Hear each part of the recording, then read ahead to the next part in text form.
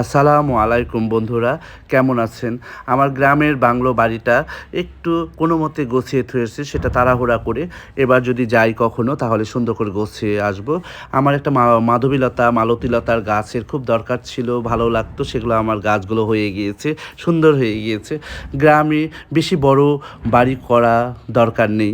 ছোটোখাটো একটা বাংলো বাড়ি থাকলে সুন্দরভাবে গুছিয়ে রাখলে ফুল গাছ থাকবে, উঠান থাকবে, একটু বসার জন্য একটু জায়গা থাকবে, একটা বারান্দা থাকবে, এটাই এনাফ। আর সেই জন্যই আমি একটা ছোটোখাটো বাড়ি করেছি।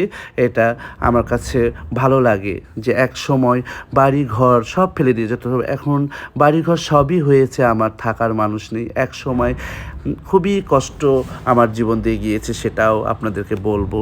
সেটা একদিন অতীতে সব কিছু আল্লাহ যা করে ভালোর জন্য করে, এটাই। ঘর বাড়ি সবই ফেলে আমাদেরকে ছোট্ট একটা ঘরে চলে যেতে হবে বন্ধুরা। সেটাই হলো যে আসল ঠিকানা।